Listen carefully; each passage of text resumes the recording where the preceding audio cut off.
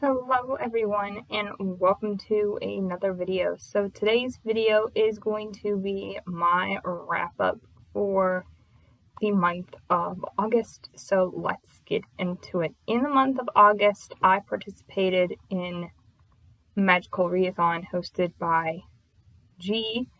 And for that readathon, I had to read 8 specific prompts.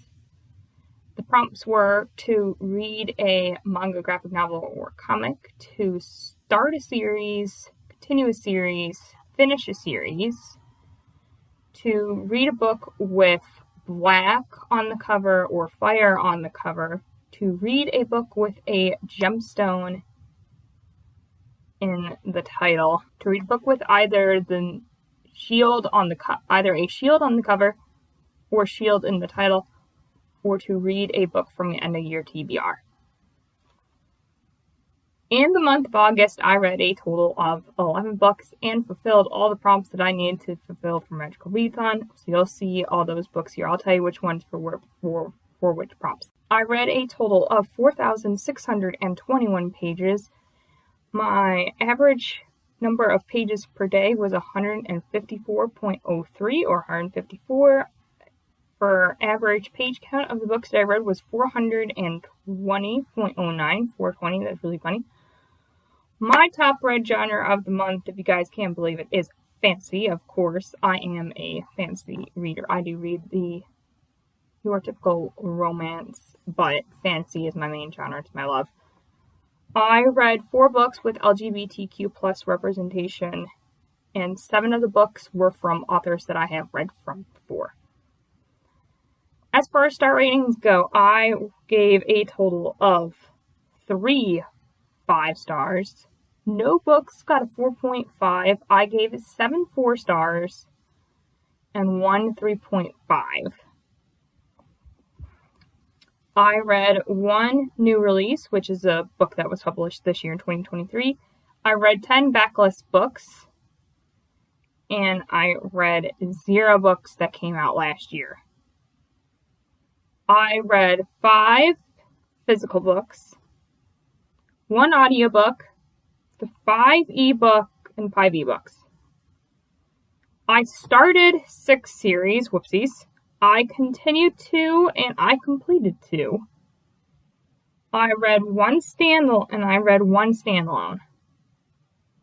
I read 6 books classified in the fantasy genre, 1 manga, 1 romance, 1 sci-fi, 1 fantasy romance, and 1 short story.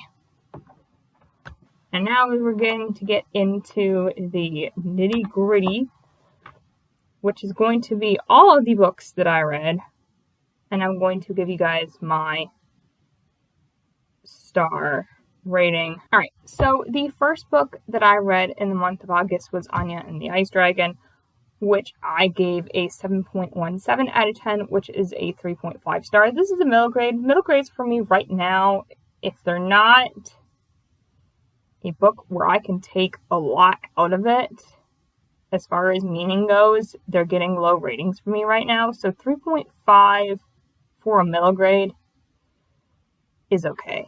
Not entirely certain if I will continue the series or not. If it comes up for something and I need to read a polar fantasy, this is a good series to have on the back burner as far as middle grade polar fantasy series for Polarthon.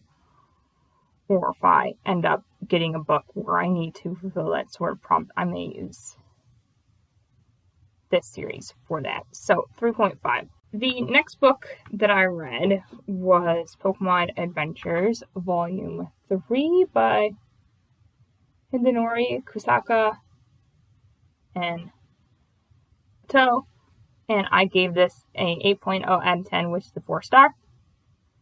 It's manga about Pokemon, and I enjoy the Pokemon franchise.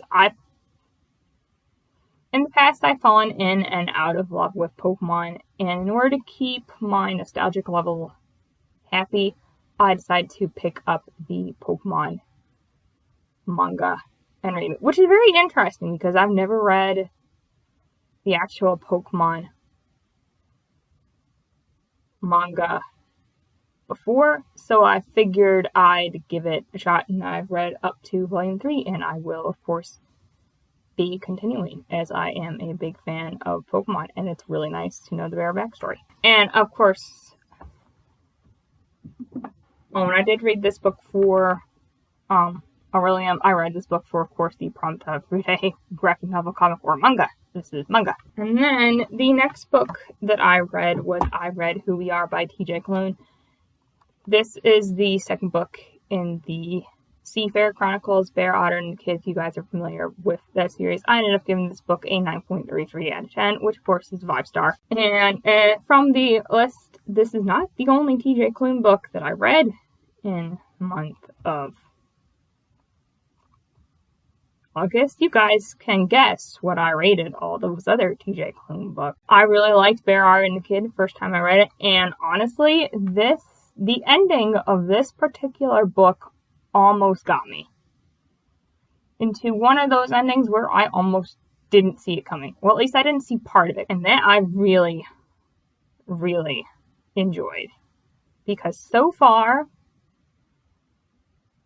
I've never had a TJ Klune book did that, and this one did, and I'm very, very nice that it went the way I figured. And of course, a 5-star book for TJ Klune is plus in my book.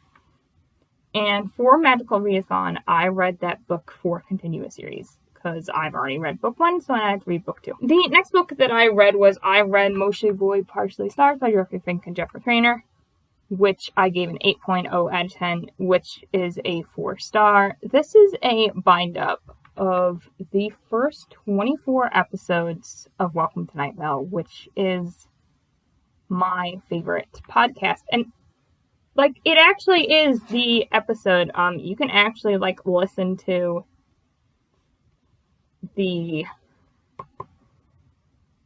podcast while reading along. And if I was one of those readers where I can read and follow along, I might do that. In fact, I have the second one. I might be doing this going forward and using these books as sort of like a night book before bed. And before bed, I listen to an episode and read a little bit of this. I don't know what it's going to do for my dreams. I may do that. I was starting with doing it that method, but it got to a point where I love Welcome to Night Vale for what it is. And reading it felt really weird. It felt like I wasn't listening to the radio anymore, which is why I like Welcome to Night Vale in the first place, because it's like you're listening to the radio and go about doing your everyday things. So I don't know if I will or not, but I'm very glad to start collecting these, because Welcome to Night Vale is my favorite podcast. It's also really cool to see all the different, there are illustrations in here too that go along with the episodes, and I think it's really cool. And I actually read this prompt for Magical Aurelium for Started Series, because this is technically this is volume 1, so that counts for Started Series. The next book that I read in the month of August is Foundry Side by Robert Jackson Bennett, which I gave an 8.0 out of 10, which is a 4-star. I really enjoyed this book. I thought the concept of it, once I got into it and knew what was sort of happening, I really enjoyed this book for what it was. It had an element that I've actually never read from before, which I thought was really cool. I'm looking forward to continuing with the Foundry Side trilogy by Robert Jackson Bennett. And I'm glad to have eventually picked this up. And for the Magical Readathon, I read this for the prompt of book Black and Fire in the cover, and it has both, so I can lock that. The next book that I read was Fourth Wing by Rebecca Yarros, which everyone is hyping up right now. I gave this book an 8.33 out of 10, which is a 4-star. I definitely like this book, and I will be continuing. And it sort of fell into this book for the hype. If you kind of know what I mean, where a book gets hyped up way too much, and then when you pick it up, the hype sort of not dies, but your love and your interest for it sort of dies. And I think that's the reason why this book got a 4 instead of a 5. This book is fantasy romance, and I haven't read a whole lot of fantasy romance. In fact, I've really only read, before I read Fourth Wing, I've read 2 fantasy romance books, or books I'd classify fantasy romance, and this book is fantasy romance. And while I like reading fantasy romance, the only reason why this book didn't get 5 stars for me is I didn't absolutely love it. It didn't make me cry. It didn't change who I was as a person. I didn't become absolutely obsessed with it. I could easily put it down and do something else or read something else. I could easily do that with this book. Like, I didn't feel super attached to this book, but it didn't bring me down to the point of wanting to DNF this book. So 4 stars it is. I will definitely be continuing most of the book's series to get 4 stars from me. I will be continuing until something happens within the book itself to make me angry about it, or if I don't want to continue more. So yeah, 8.33 out of 10, which is 4 stars, not that bad. And I read this book for the book on the end of year TBR.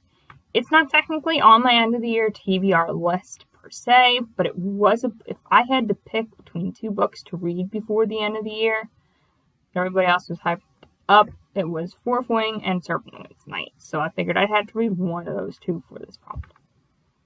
And I'm kind of glad I read Fourth Wing, even though it's a bit longer. And then I read Jade City by Fonda Lee. I ended up giving this book a 8.17 out of 10, which is a 4 star. This is the first book in Fonda Lee's Greenbone saga. It's essentially about these 2 clans fighting for the control of Jade in this world. Jade, the middle, Gemstone grants them powers. So I read this book for Gemstone in the title. I really enjoyed this book, and I'm very looking forward to continuing. But the reason why I liked it is this book has a lot of vibes to West Side Story, the musical, and also In the Heights, the musical, which I really enjoyed. And I'm hoping that with books 2 and 3 that vibe sort of continues. Otherwise, I don't think I would have really liked this series, because I don't think Mafia is one for me, but I'm glad it works well with Fonda Lee's Greenbone saga. So I will be continuing. The next book that I read The Rising of S.H.I.E.L.D. Hero, Volume 1. I can't remember the author's name. I'm not going to try and pronounce it on here, but I read this book for Magical Readathon for the prompt of S.H.I.E.L.D. in the title, in this case. It was either I read that book or I read Tyrant's Throne by Sebastian de Castell, which does have a shield in the title, but I wasn't feeling finishing that series because it's one of my favorites. I need to be in the proper mood to finish that series, so I figured I'd read this one instead, and it was a lot easier for me to carry. I could have easily finished Tyrant's Throne and finished out the Great Coat series this month, but I wasn't feeling it at the time, so I read this one instead. I've actually started watching the Rising of S.H.I.E.L.D. Hero anime, and this first volume does a pretty sort of good job of, I'm not entirely certain if it's the full first season because I haven't finished it yet, or what it actually covers, but I think for me, the anime does it better in where it helps easily move and progress the story along and learn about the characters. I did also like that this was a light novel, so it had anime drawings in it. However, I'm not entirely certain if I'm going to be continuing with this light novel series. I might continue, but it won't be until after I finished watching the anime, because I want to kind of know more of the story before I progress with the light novels. Because I'm pretty certain that with even just this first volume, I've read more than what I've seen. And for me, that sort of doesn't work well since I'm a visual reader, and I really like to picture the characters, and when I can do that, use it, and if it actually has an adaptation and I can do that, I'll end up enjoying the manga, whatever, better. But an 8.0 out of 10 isn't that bad. The next book that I read was I finished The Strange Dreamer Duology by reading Muse and Nightmares by Laini Taylor, which I gave an 8.17 out of 10, which is a 4-star. I'm very glad to have read this series by Laini Taylor. I will let you know, though, in terms of which book in this duology is my favorite, I'm actually going to have to go with Strange the Dreamer. For that is I've liked more so how that book went in terms of learning about the mysterious city of Weep versus actually being in the city, which is more or less what this was. And Laini Taylor, her writing is so lyrical. However, in this, I was half confused, mainly the 30% of reading this book. And what could have helped is if I had read both Strange Dreamer and Muse and Nightmares this month. We're done a recap of Strange Dreamer before I read Muse and Nightmares, as I was sort of confused with how their magic system worked until I picked up on it, and then it was okay. But I do really enjoy Laini Taylor's lyrical writing style, and I'm looking forward to reading her Daughter and Smoke the Bone trilogy, and if she writes more in this universe, I think she's going to. So I'm looking forward to that. And it's great to have finished a series. Oh yes, that's the prompt I read this for. I read this for the prompt of to finish a series. Because Strange Dreamer and Muse and Nightmares is a duology. So it's book 2, finish the series. And then I read 2 books that actually concludes my Aurelium reading. That concludes my Aurelium.